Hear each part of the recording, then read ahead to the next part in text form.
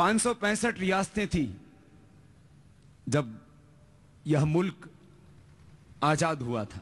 सरदार वल्लभ भाई पटेल ने उनको एकीकृत करके एक भारत का स्वरूप दिया। आप उन 565 रियासतों में से 5-7 रियासतों को छोड़कर के बाकी का नाम भी नहीं जानते हो। मैं कह रहा था, एक बीज को कितना पानी मिलना चाहिए, कैसी मिट्टी होनी चाहिए, फिर उसके बाद में उसको प्रकाश भी सूर्य का मिलना चाहिए, उसमें कीड़े मकोड़े नहीं लगने चाहिए, नहीं तो पता लगा वो बीज बाहर निकला और वहीं कीड़े ने काट दिया तो जो है जैसे बचपन को रोंद दिया गया हो, कुचल दिया गया हो। जैसे बीज के साथ ये घटना घटती है और बीज में एक विराट वृक्ष होने का सामर्थ्य होता है, ऐसे ही हर एक मानव के भीतर एक महामानव बैठा है। हर एक इंसान के अंदर एक विश्वात्मा ब्रह्म बैठा है। हम उसको भगवत्ता की दृष्टि से कहें तो हर एक इंसान के अंदर भगवान बैठा है और वो उसके भीतर का भगवान, उसके भीतर का विश्वात्मा, उसके भीतर का देवात्मा, उसके भीतर का ऋषि, उसके भीतर का महामानव जब जागृत हो जाता है तब कोई कल्पना भी नहीं कर सकता कि ये एक दिन जाकर के विश्व का मार्गदर्शन करने वाला कोई महान व्यक्तित्व बन जाएगा, जिनको हम शताब्दी के आइकॉन के रूप में जानते हैं। हम सब के भीतर एक आइकॉन होने का सामर्थ्य है। कुछ व्यक्ति 10-20 लोगों में, कुछ 100 लोगों में, कुछ 1000 लोगों में, कुछ लाखों लोगों में, तो कुछ करोड़ों लोगों के दिलों में एक विश्वास पैदा कर पाते हैं। वो आस्था के केंद्र बन जाते हैं।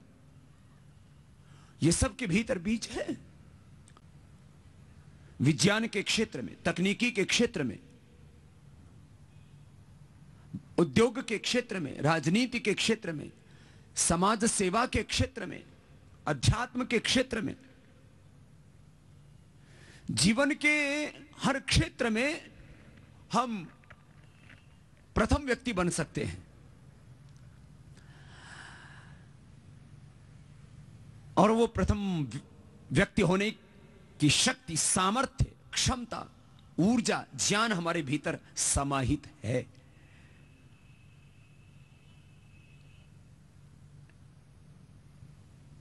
और एक दिन सबको उस अपने विराट स्वरूप को उपलब्ध होना ही है। अपने उस व्यक्तित्व के पूर्ण विकसित स्वरूप को पाना ही है। ये कोई अब पाले या कोई उसमें 5-10 साल लगा ले, कोई 5-10 जीवन लगा ले, ये हमारी अभीप्सा, हमारे समर्पण, हमारे भीतर के संकल्प, हमारी दीवानगी, हमारे पागलपन, अपने लक्ष्य के प्रति जुनून, इसके ऊपर निर्भर करता है। मैं हमेशा बोलता हूं, सफल होने के लिए माता पिता, गुरु, बड़ों का आशीर्वाद ये सबसे पहली और अहम शर्त है, पहली सीढ़ी है। भगवान का अनुग्रह है और निरंतर अपने कार्य के लिए कठोर परिश्रम, फिर सही निर्णय और सबका आदर, सबका सम्मान, सबको श्रेय देने की भावना, यह हमें आगे लेकर के जाती है। मैं इसमें सबसे ज्यादा महत्वपूर्ण एक बात को मानता हूं और वह है किसी भी कार्य के लिए जुनून, दीवानगी। वो अपने वैयक्तिक जीवन के लिए भी और वह अपने सार्वजनिक जीवन के लिए भी। जैसे मान लीजिए आपने ठान लिया कि मुझे बलवान बनना है, तो आपका ये व्रत, आपकी ये लगन, आपका ये समर्पण, आपकी तितिक्षा, आपके भीतर जो तड़फ है, वो इस कदर होनी चाहिए कि 24 घंटे वही आपको दिखाई दे। अब हमने इस भारत को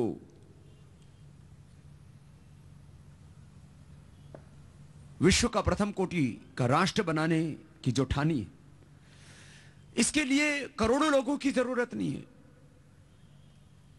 लाखों लोगों की जरूरत नहीं है। बस कुछ सैकड़ों लोग, और बड़े रूप में कहो तो कुछ हजारों लोग, यदि एक दीवानगी के साथ, एक जुनून के साथ, एक पागलपन के साथ लग जाएं कि बस अब हमें किसी भी कीमत पर अपने भारत को विश्व का प्रथम कोटि का राष्ट्र बनाना है, चारित्रिक दृष्टि से भी, आर्थिक दृष्टि से भी, आध्यात्मिक दृष्टि से भी भारत को विश्व का सर्वाधिक शक्तिशाली राष्ट्र बनाना है, यदि कुछ लोग भी दिल में ठान लें तो यह काम पूरा होकर के रहेगा। कुछ लोग ही ठान, लेकिन वो कभी रुके नहीं, कभी झुके नहीं, और उनके हौसले कभी कमजोर ना पड़े। ये बहुत महत्वपूर्ण है। जरा सी निंदा होती है, जरा सी आलोचना होती है, जरा सी असफलता मिलती है, जरा सी हानि होती है, जरा सी परेशानी होती है तो आदमी विचलित हो जाता है। इसलिए ये बहुत बड़ी बात है। प्रारब्धित न खलु विघ्न भयेन नीचै प्रारभ्य विघ्न विहिता विरमन्ति मध्ये। प्रारब्धित न खलु विघ्न भयेन नीचै प्रारभ्य विघ्न विहिता विरमन्ति मध्ये। विघ्न पुनः पुनः प्रतिहन्यमाना प्रारब्ध चोत्तम जनाना परित्यजन्ति। कुछ लोग तो भाई क्यों झंझट मोल लिया आपने, ठीक है दाल रोटी खाओ, प्रभु के गुण गाओ, इसी में मस्त रहते हैं। दूसरे कुछ लोग शुरू तो कर देते हैं जोश जोश में, बाद में कहते हैं भाई यह तो बड़ी मुसीबत है।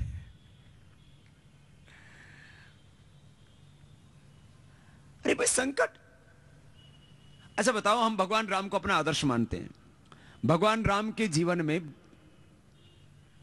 कौन सा ऐसा समय था जब संकट नहीं था, जब विपत्तियां नहीं थी?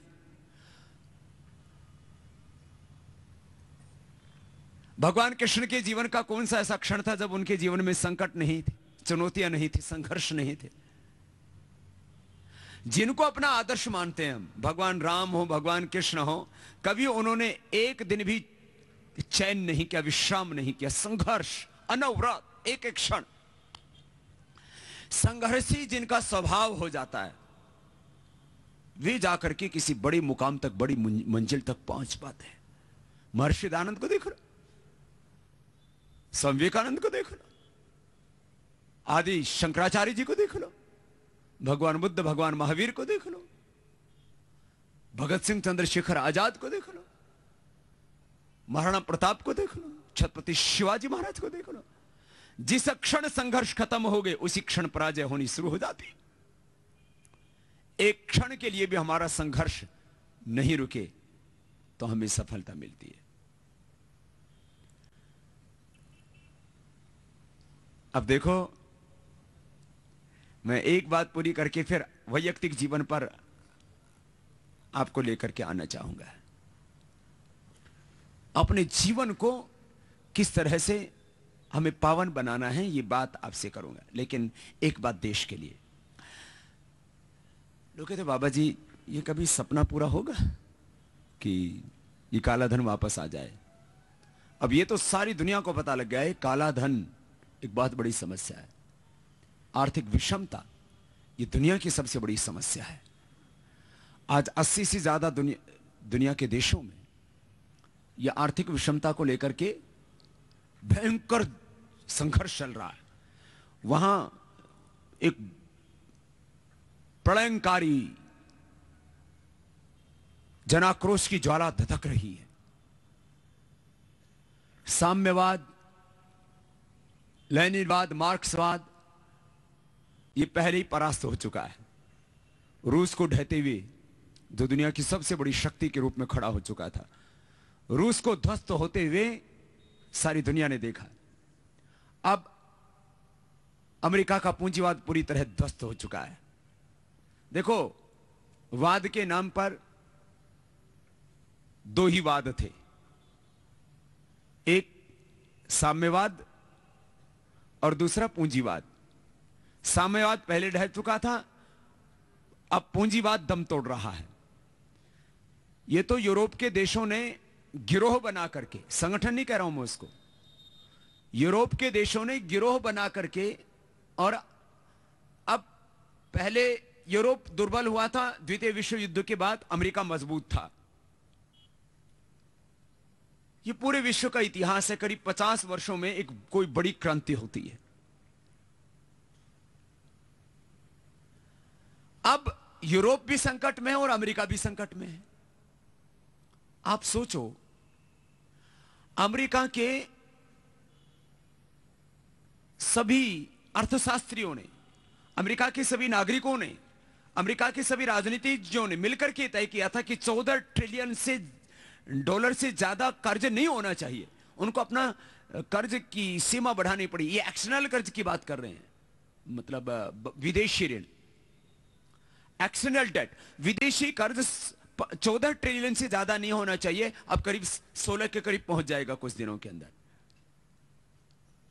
16 ट्रिलियन डॉलर का मतलब होगा करीब 800 लाख करोड़ रुपए विदेशी कर्ज।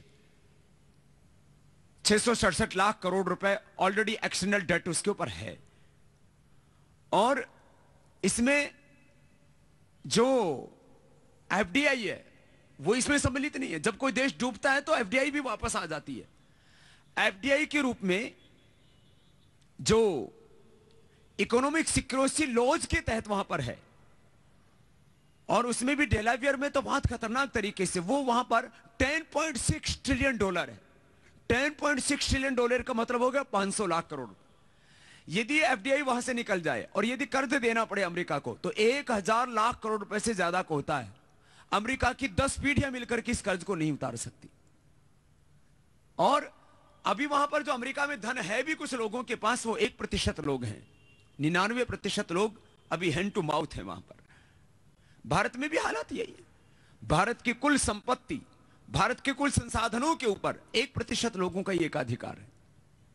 1% भी संख्या यहां 1,21,00,000 के करीब हो जाती है। ये तो बहुत बड़ी संख्या हो गई। इस 1% में भी जो 0.1% लोग हैं, उनके पास इतनी ताकत है जितनी पूरे हिंदुस्तान के पास में नहीं है। इस सारी विषमता को जब तक हम खत्म नहीं करेंगे, एक समता मूलक समाज का निर्माण हो ही नहीं सकता। साम्यवाद पहले ध्वस्त हो चुका है। पूंजीवाद अब दम तोड़ रहा है, वो अंतिम श्वास गिन रहा है। और ये बात महत्वपूर्ण, मैं आपको बात कह रहा हूं। अभी ये 2 दिन पहले जो शेयर मार्केट में तेजी आई है ना, कोई तेजी नहीं है। ये तो यूरोपियन यूनियन के कुछ लोगों ने कहा, भाई हमें ग्रीस सहित कुछ देश जो दिवालिया हो रहे हैं उनको बचाना है। सबसे ज्यादा दिवालिया होने का खतरा तो अमेरिका के ऊपर है। जिस दिन ये काला धन जो वहां पर जमा है वो वापस ले लें, जिस दिन एफडीआई वापस मांग ले वहां से लोग, उस दिन अमेरिका रसातल में चला जाएगा। आज चीन के खिलाफ एक शब्द अमेरिका नहीं बोलता। क्यों? वहां एफडीआई के नाम पर सबसे ज्यादा जो निवेश है वो चीन और जापान का है। भारत मजबूती से जिस दिन काले धन को लेने के लिए खड़ा हो जाएगा, अमेरिका भारत के चरणों में सर झुकाएगा, क्योंकि सबसे ज्यादा काला धन भारत का ही वहां पर जमा है। ये फ्लोरिडा डेलीगेशन के नाम पर 25 एमपीज, बहुत मायने रखते अमेरिका के अंदर 25 एमपीज। वहां आज तक एमपीज की खरीद फरोख्त नहीं होती है। 25 एमपीओ ने प्रेसिडेंट ऑफ अमेरिका को यह पूरा पत्र लिखा है। ये पत्र मैंने कहा है कि भारत संविधान की वेबसाइट पर भी आपको उपलब्ध करा देंगे। इसमें खुद उन्होंने एक्सेप्ट किया है 10.6 ट्रिलियन डॉलर। और इसमें एक खास बात यह है, 3.6 ट्रिलियन डॉलर डेलावेयर के अंदर है। मैंने कहा इस बात को, सबसे दुनिया की safe and strong tax haven अब यूके का कैमन आइलैंड और यूएसए का डेलावेयर बन चुका है। अब स्विट्जरलैंड से तो पैसा शिफ्ट हो चुका है। अब ये जो छोटे छोटे टैक्स हेवन बोले जाते थे, 70 से ज्यादा देशों में भारत का काला धन जमा है, वहां तो अब हजारों करोड़ रुपए में बच गया पैसा। लाखों करोड़ रुपए जहां पर जमा है वो अमेरिका है। आप अभी देखो पूरे देश को धोखा दिया जा रहा है, हम संधियां कर रहे हैं, काला धन लेकर के आएंगे। अरे क्यों देश की आंखों में धूल झोंक रहे हो? अभी जो संधियां की जा रही हैं, ये 2010 और 11 के बाद में कोई पैसा जमा करेगा तो उसको वापस लाने के लिए प्रोविजंस होंगे। 2010 और 11 से पहले का पैसा लाने के लिए एक भी संधि कोई भी भारत सरकार ने नहीं की है। ये तो बताओ, जो पहले जमा उसका क्या किया तुमने?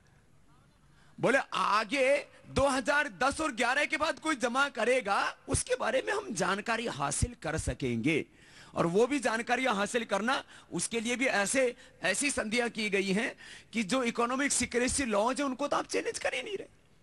तो अब तो इस हिंदुस्तान में एक ही काम करने की जरूरत है, और वो काम हम करवाएंगे किसी भी कीमत पर, सारे देश के लोगों को इकट्ठा करके। वो काम क्या होगा? अरे वो काम तो सुन लो पहले,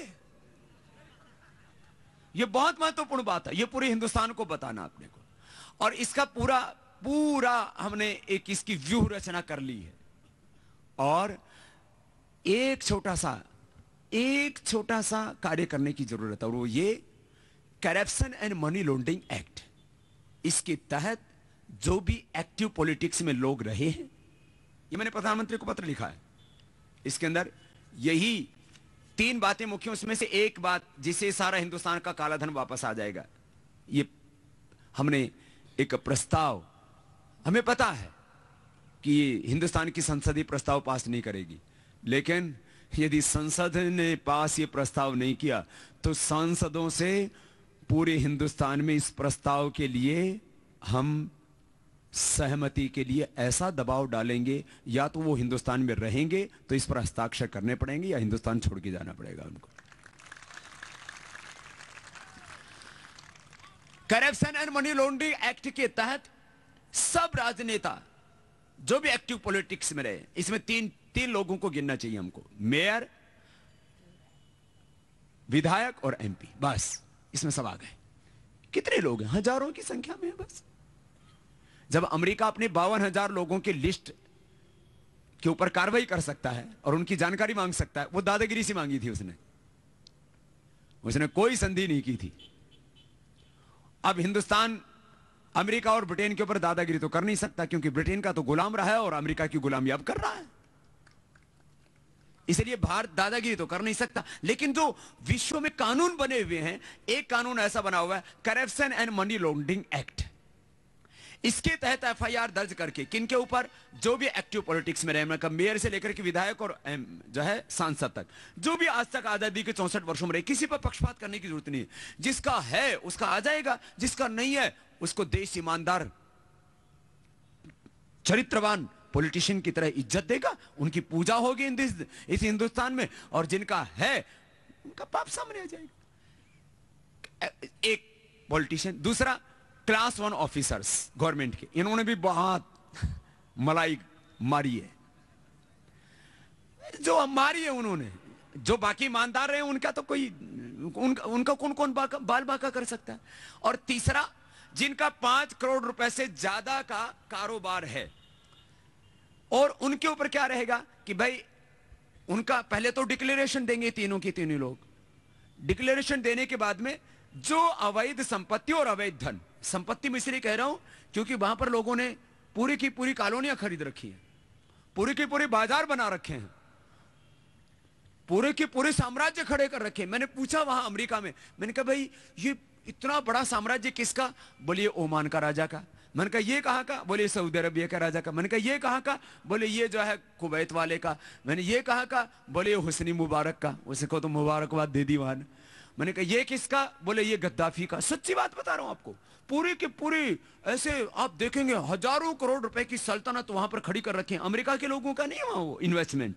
तो जो भी काला धन और काली संपत्ति, अवैध धन अवैध संपत्ति, भाई ये सब के खिलाफ एक जनरल एफआईआर हो गई corruption and money laundering act के तहत कि इन हमारी भाई जो भी हमारा काला धन और काली संपत्ति अपने खुद की तो डिक्लेयर कर दिया, भाई बाहर कुछ है तो आप नंबर 1 की है तो उत ली नहीं जाएगी, बाकी इनकी जब्त कर ली जाए। 1 महीने के अंदर ये कार्रवाई हो जाएगी और 6 महीने में हिंदुस्तान का पूरा धन वापस आ जाएगा। ओनली 6 मंथ्स के अंदर। आप कहेंगे इतना पैसा ला करके क्या करेंगे? थोड़ा थोड़ा ले लेंगे, बाकी कर्ज भी तो फिर हिंदुस्तान देगा ना जिसको देना है। ये पैसा एकदम खर्च नहीं किया जाता। एकदम पैसा आप हिंदुस्तान में ले आओ तो इन्फ्लेशन बढ़ जाएगा, यहां पर महंगाई बढ़ जाएगी।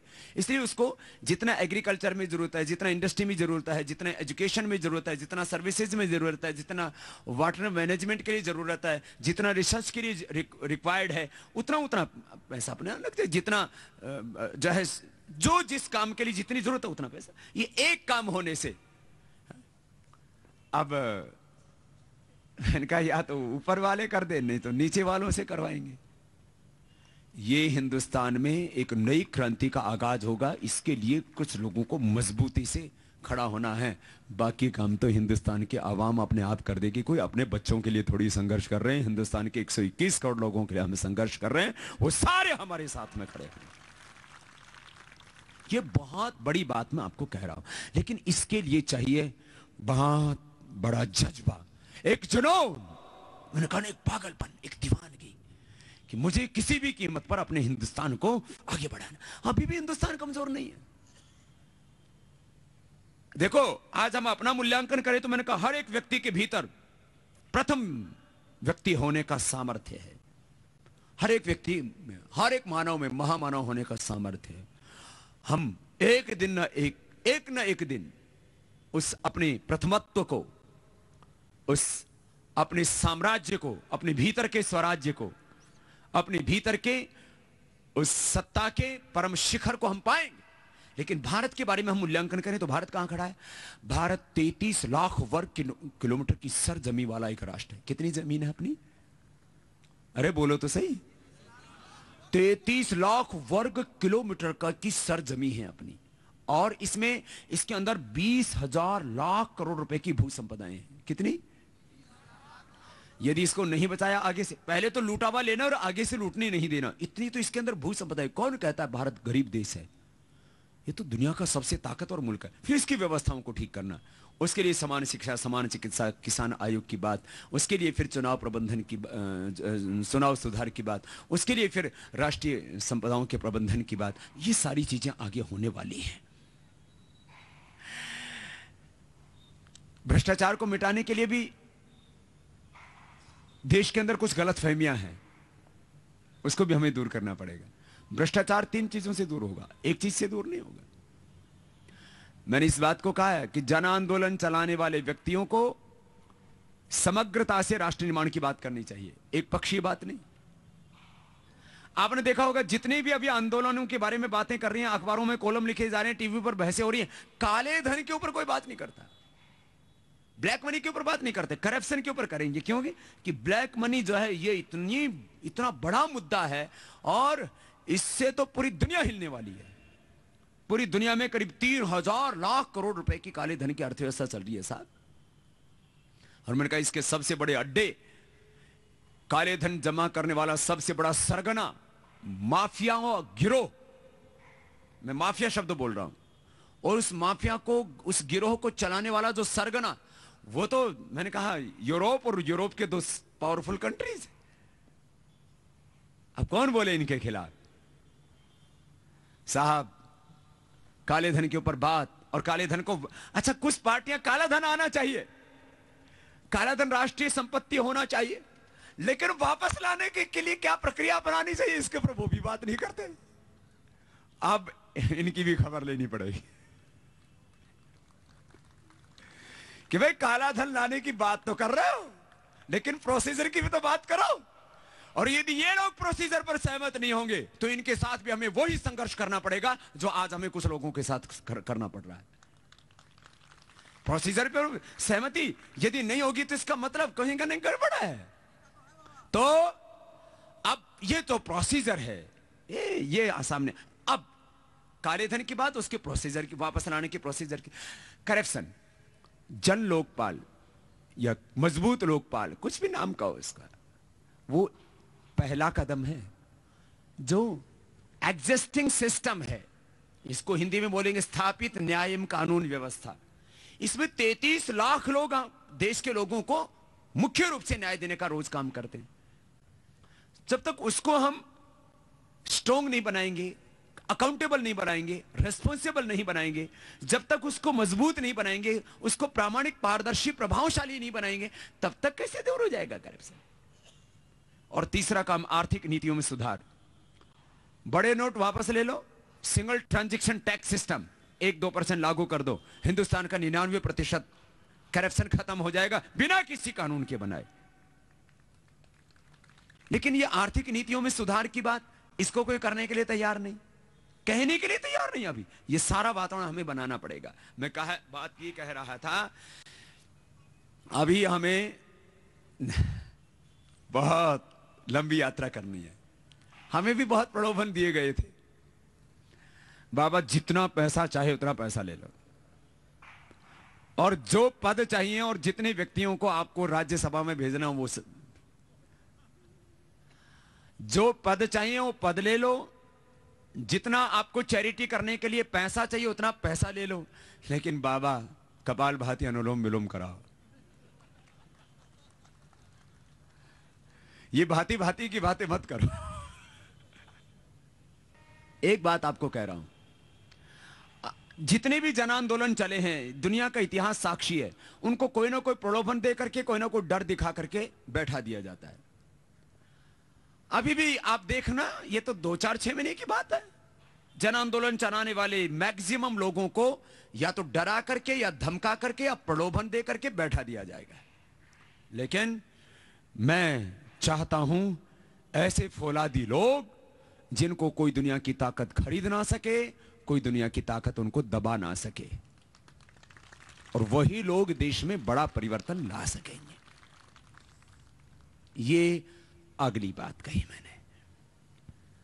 ये तो कर्ज तो दुनिया की में मरी जा रही है दुनिया, ठीक, लेकिन आज अमेरिका अपनी 732 लाख करोड़ रुपए की अर्थव्यवस्था पर गर्व करता है। चीन 503 लाख करोड़ रुपए की अर्थव्यवस्था को लेकर के कहता है मैं अब दुनिया का सुपर पावर दुनिया की मैं हूं। और वो सच में अब जो है, यदि भारत नहीं बढ़ा तो कल चीन अपने को पूरी तरह से परास्त करने वाला है। ये बहुत बड़ी बात मैं कह रहा हूं। अमेरिका की तो फूंक निकली पड़ी है, उसके पास में परमाणु बम के अलावा कुछ भी नहीं है दुनिया को देने के लिए। दुनिया ने जिस दिन मांग लिया वो अपने बम फेंकेगा, और कुछ नहीं है उसके पास। अमेरिका का तो मतलब सत्यानाश उसने खुद कर रखा है। आज जो पूरी दुनिया के लिए बड़ा खतरा होगा वो चीन होगा, और चीन और भारत के जो पुराने अनुभव हैं वो हिंदी चीनी भाई भाई, बाकी पीछे से हमने कहां मात खाई ये सारी दुनिया को पता है। भाई बहनों, 503 लाख करोड़ रुपए की अर्थव्यवस्था चीन की है, जो हमारे लिए सबसे बड़ा खतरा है। जापान 215 लाख करोड़ रुपए की अर्थव्यवस्था के साथ में तीसरे नंबर पर है। भारत की 202 लाख करोड़ रुपए की अर्थव्यवस्था है। इसको बोलते हैं साइज ऑफ इकोनॉमी, अर्थव्यवस्था का आकार। हमें पता होना चाहिए, यदि हम ये 400 लाख करोड़ रुपए वापस ले आते हैं तो भारत की अर्थव्यवस्था 602 लाख करोड़ रुपए की हो जाती है, और हमारी ग्रोथ रेट, विकास दर कम से कम हमारा 15 से 20% होगा। तो एक वर्ष के भीतर भारत दुनिया की सबसे बड़ी इकोनॉमिक सुपर पावर होगा। और यदि ये हमने नहीं किया तो कल को भारत कहीं का नहीं रहेगा। एक तरफ मैं भारत की जब ताकत को देखता हूं तो मेरा हृदय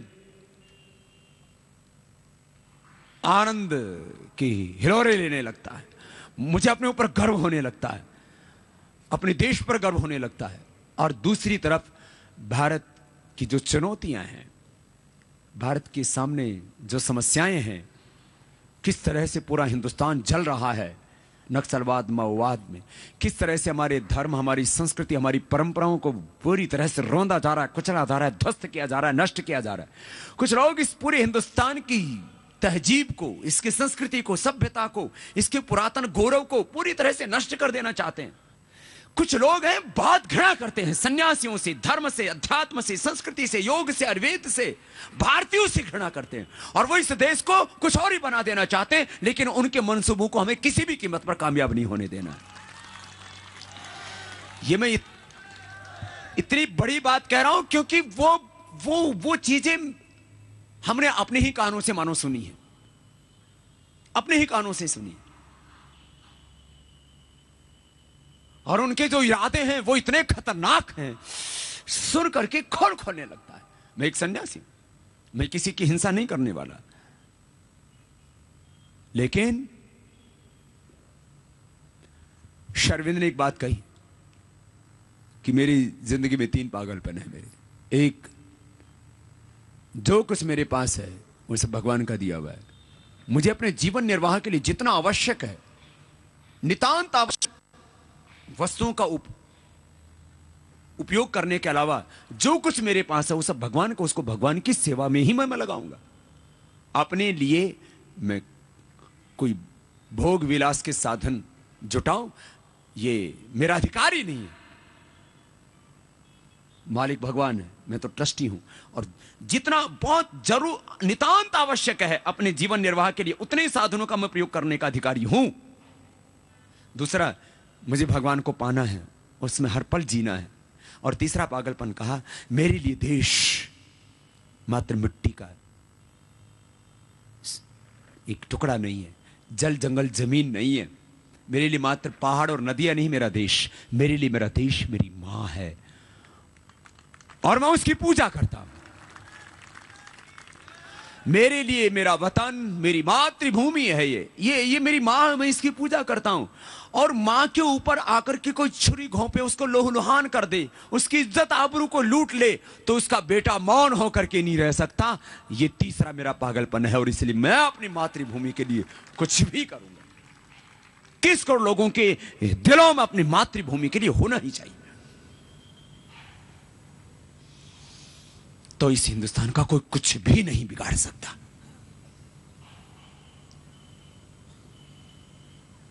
अब कुछ लोगों को यह भी नहीं सुहाता कि मैं अपनी मातृभूमि के लिए लोगों में जुनून क्यों पैदा कर रहा हूं। भाई बहनों, ये वक्त ना बहुत संकट का है। मैंने कहा, एक तरफ अपने हिंदुस्तान की रोटी को, बेटी को, यहाँ की संस्कृति सभ्यता सब इतने वैभव को लुटता हुआ देखते हैं तो अंदर खून जलता है, खून खौलता है, उबलता है। एक तो ये प्रश्न।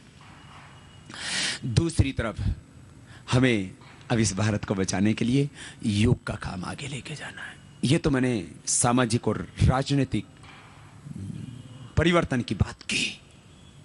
सामाजिक परिवर्तन बहुत जरूरी है। कितने लोग भूखे सोते, अनपढ़ है, गरीब है, और ये 400 लाख रुपए आने के बाद तो कोई गरीब रहेगा नहीं, अनपढ़ रहेगा ही नहीं, बेरोजगार रहेगा ही नहीं। और इसके लिए एक नई पूरी व्यवस्था का निर्माण करना पड़ेगा, वो होगा। लेकिन अपने को क्या करना है? सारे हिंदुस्तान के लोगों को बस एक ही चीज के लिए सबको प्रेरित करना है, और उसको मैं आज कल बार बार कर रहा हूं कि सारा हिंदुस्तान सुबह उठ करके योग करना शुरू कर दे। बस जब तक हिंदुस्तान के लोगों का नैतिक निर्माण नहीं होगा, चारित्रिक उत्थान नहीं होगा, तब तक हम कुछ भी कर लें, भारत आगे नहीं बढ़ सकता। हमने हमारे 400 लाख करोड़ रुपए ले भी आए, और ये सारे उठ करके फिर दारू पीना शुरू कर देंगे। अब तो बाबा ने 400 लाख करोड़ दिला दिया, अब तो मौज करो। अब आदमी के पास पैसा तो आ गया, देखो, एक पैसा तो आ गया, लेकिन 1% लोगों के पास आया तो 99% लोग फिर भूखे रहेंगे। पैसा तो आ गया, लेकिन पैसा आने के बाद में क्या कर रहे हैं? लाइफ को एंजॉय कर रहे हैं, दारू पी रहे हैं, दुराचार कर रहे हैं, व्यभिचार कर रहे हैं, वेश्यालय खोल दिए, कैसीनो खोल दिए, फिर जो है अब यहां भी फार्मूला 1 रेस करवा रहे हैं। अब फार्मूला 1 रेस करा रहे, बताओ इससे किसी गरीब को रोटी मिलती है? ये फार्मूला 1 और क्रिकेट, ये सारे जितने भी खेल हैं, किसी को रोजगार मिलता है इससे? किसी को, किसान को का आमदनी बढ़ती है इससे? देश की जीडीपी बढ़ती है 3 चीजों से, सुन लो, सबको नॉलेज होना चाहिए इन बातों का। देश का जो ग्रोथ होती है नेशन की, वो 3 चीजों से होती है, एग्रीकल्चर, इंडस्ट्री एंड सर्विसेज। भाई राजपूत जी ने बहुत अच्छा लेख लिखा है। बड़ी इस बात के ऊपर सब गर्व करो कि हमारे यहां फार्मूला 1 रेस हो रही है। इस बात के ऊपर गर्व करो कि हम 1 लाख करोड़ रुपए का एक कॉमनवेल्थ कराकर जिसमें 70,000 करोड़ रुपए का घोटाला कर देते हैं। इस बात के ऊपर गर्व करो। इस बात पर गर्व करो कि हम दुनिया के सबसे बड़े भ्रष्टाचारी देश हैं। इस बात के ऊपर गर्व करो कि हम दुनिया के उस सबसे बड़े देश हैं जिसमें सबसे ज्यादा अत्याचार होते हैं। इस बात के लिए गर्व करो कि हम दुनिया के वो देश हैं जहां सबसे ज्यादा गौ हत्या होती है। इस बात के लिए गर्व करो कि भारत दुनिया का सबसे गंदा देश है। इस बात के लिए गर्व करो कि भारत में सबसे ज्यादा भूख से लोग मरते हैं, 20,000 लोग रोज। जब मैंने रिपोर्ट बताई ना, बोला ना ये तो ऐसा है ही नहीं। मैंने कहा ग्लोबल हंगर रिपोर्ट है, कोई बाबा के घर की बनाई हुई रिपोर्ट नहीं है। 20,000 लोग।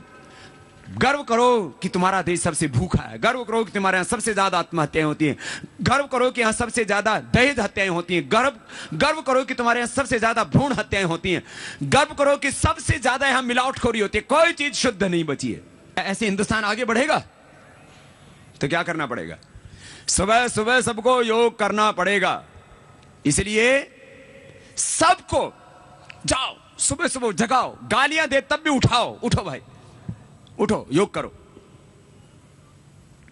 ये एक रास्ता है देश को बचाने का। योग करना शुरू कर दिया, सबकी आदतें ठीक हो जाएंगी, जल्दी उठने लग जाएंगे, देर तक सोने की आदत, ज्यादा खाने की आदत, बीड़ी पीने की आदत, दारू पीने की आदत, गुस्सा करने की आदत, नशा करने की आदत, आलसी रहने की आदत। हाँ, आलस से सबसे बड़ी समस्या इस हिंदुस्तान की। काम करना ही नहीं चाहते, बैठे बैठे सब कुछ मिल जाए, राम नाम जपना, पराय माल अपना, बाकी दुनिया झूठा सपना, हरिओम तत्सत, बाकी सब गपसप। अब योग करने वाले व्यक्ति को कोई मतलब वो अकर्मण्य रह ही नहीं सकता। एक बात, वो गलत आदतें उसकी नहीं रहेंगी। दूसरी बात, बीमार नहीं होगा, सब जवान रहेंगे, बुढ़े हो ही नहीं। कितनी ऐसी बात है? अच्छे माँ बनेंगे, अच्छे पिता बनेंगे, अच्छे नागरिक बनेंगे, अच्छे बच्चे बनेंगे, अच्छे अध्यापक बनेंगे, हाँ, सब अच्छे हो जाएंगे। हमारे हिंदुस्तान के सिपाही हो, हमारे हिंदुस्तान के जवान हो, हमारे हिंदुस्तान के किसान हो, हमारे हिंदुस्तान के साधु हो, सब फिट रहने चाहिए एकदम। जिसको देखे वही फुट, यहाँ जिसको देखे वही लोटर पोटर हो रहा है। ये ठीक बात नहीं है। मजबूत बनो, अच्छे बनो, स्वस्थ बनो। ये मैं किसी को जो है उद्वेलित करने के लिए, किसी को अपमानित करने के लिए नहीं कह रहा हूं, किसी को नीचा दिखाने के लिए नहीं कह रहा हूं। सब इतने फिट रहने चाहिए हमेशा, मजबूत। जितने भी एक्टर फैक्टर्स हैं, इनसे भी ज्यादा तुम्हारे स्ट्रक्चर और तुम्हारे कैरेक्टर अच्छे होने चाहिए। मैं हिंदुस्तान को पूरी तरह से जवान देखना चाहता हूं, पूरे हिंदुस्तान को। तो योग करेंगे तो ऐसा हिंदुस्तान मिलेगा जिसको देखो वही एकदम फिट, और यहां जिसको देखो बाबा जी फिट मोटा हो गया, कमर मोटी हो गई, फिर बीपी बढ़ गया, शुगर बढ़ गया, 100 में से 99 बीमार है। अच्छा बताओ, मैंने कहा ये पैसा वापस अगर सारा दवाइयों में खर्च हो गया तो किसी को बीपी, किसी को शुगर, किसी को कैंसर, किसी को हार्ट की प्रॉब्लम की, अच्छा ये सारी औलादें हमारे आगे आने वाली बीमार हो गई तो हाँ, अपने इन बीजों को ठीक करने की जरूरत है। छोटे छोटे बच्चों को मैं देखता हूं, बाबा जी इसकी किडनी खराब है, बाबा जी इसको ब्लड कैंसर है। क्यों? ऊपर से ट्रांसफर होकर के नीचे आ रहा है। सुनो, जितने भी बीमार लोग हैं कोई शादी नहीं करना। एकदम सन्न रह गए हैं सर। और शादी करना हो तो पहले योग करके अपनी बीमारी ठीक करके बाद में कर लेना।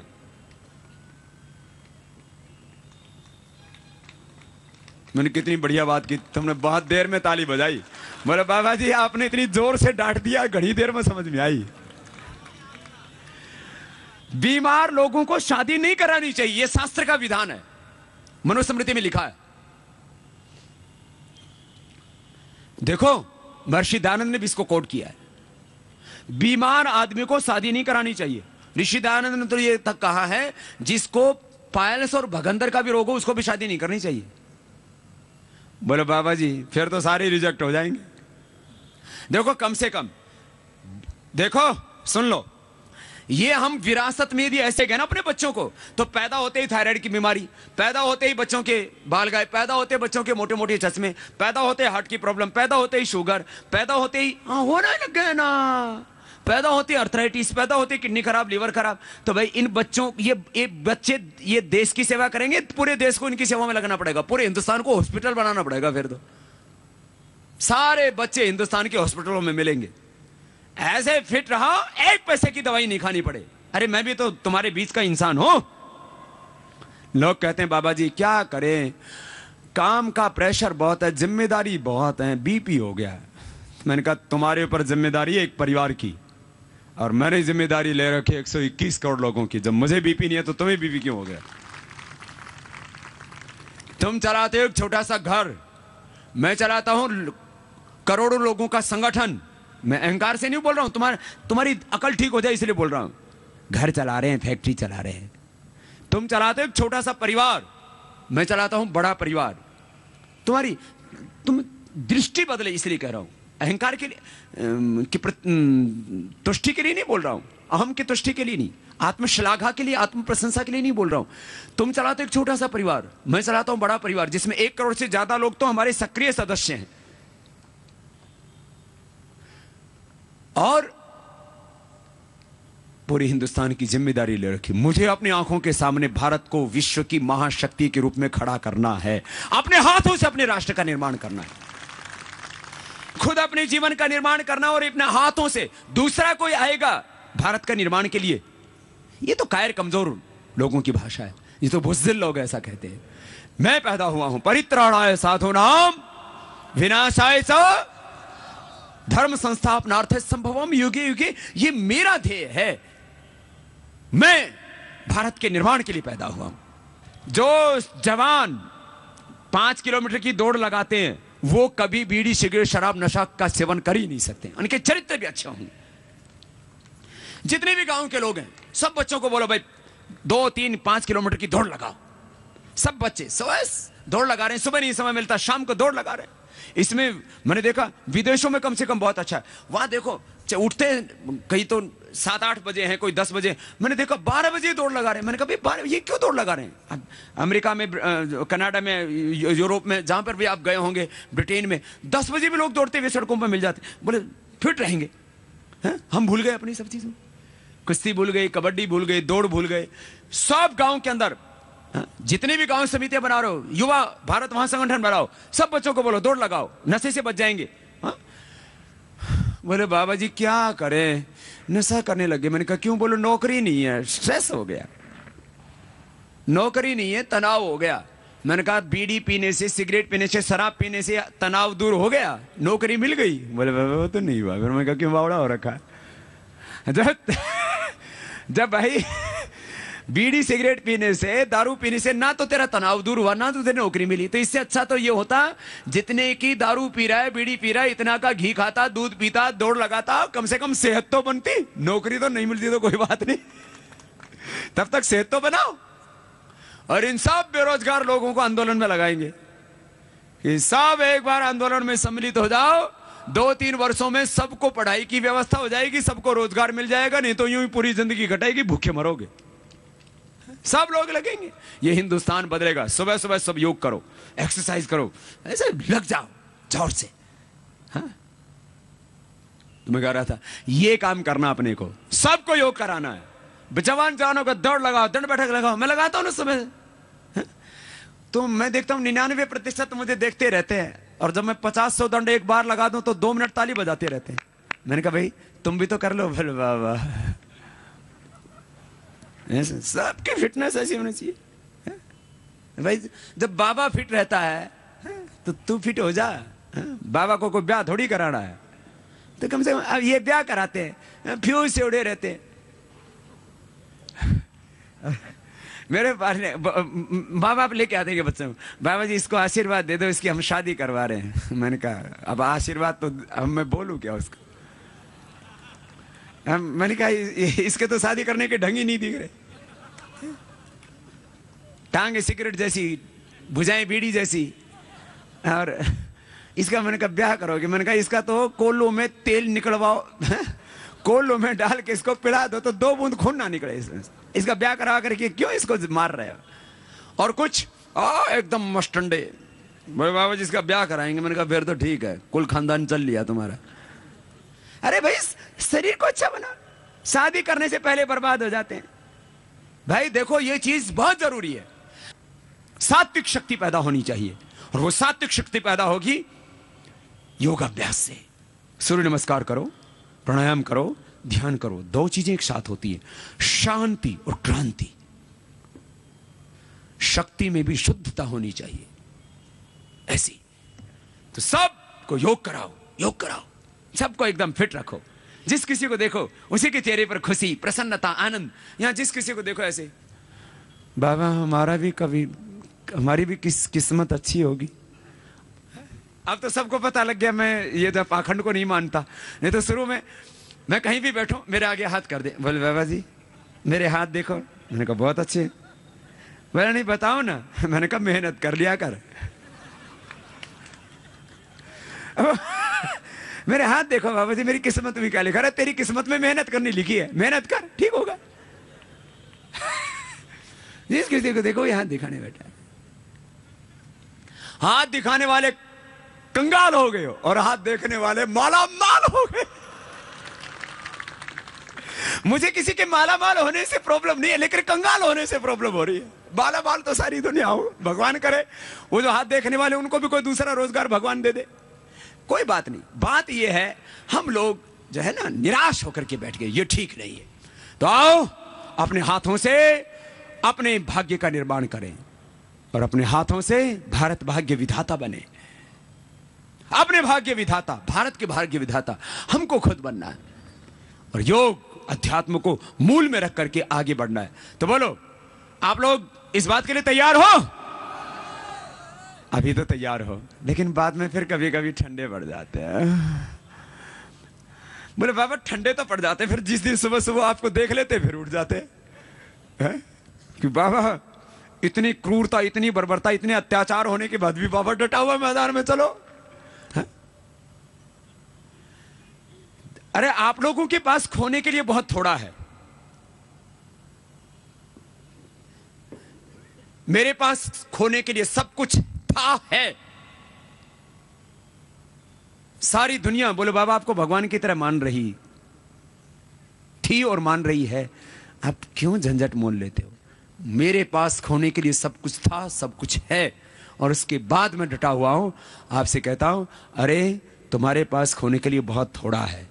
हम सब मिलकर के भारत का खोया हुआ वैभव, भारत का खोया हुआ धन, भारत की खोई हुई गरिमा, इस सब को लौटा लेंगे। कोई चिंता की बात नहीं, थोड़े दिन संघर्ष करो, हम सब कुछ पा लेंगे।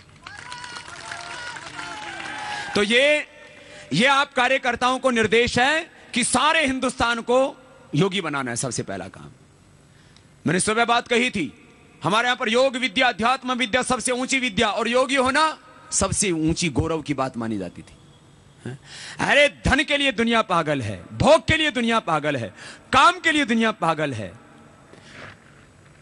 इज्जत के लिए दुनिया पागल हो रही है। अरे हमें पागलपन होना चाहिए अपने जीवन को बनाने के लिए और देश को बनाने के लिए, आत्मनिर्माण, राष्ट्र निर्माण के लिए। मुझे लगता है आप लोग इस दिशा में काम कर रहे हो, आगे करोगे। और ये चंद कार्यकर्ताओं के लिए ही नहीं, ये पूरे भारतवासियों के लिए मैंने बातें कही हैं। मुझे लगता है पूरा हिंदुस्तान एक दिन जरूर जगेगा, आगे बढ़ेगा, इसका खोरा गौरव इसको मिलेगा और आप लोग पूरी मजबूती से काम करें। एक एक जिले में एक एक आदमी, 2-2, 10-10 आदमी हो तो पूरा तूफान उठा के रख सकते हैं। आप लोग तो सैकड़ों हजारों लोग हो एक एक जिले के अंदर।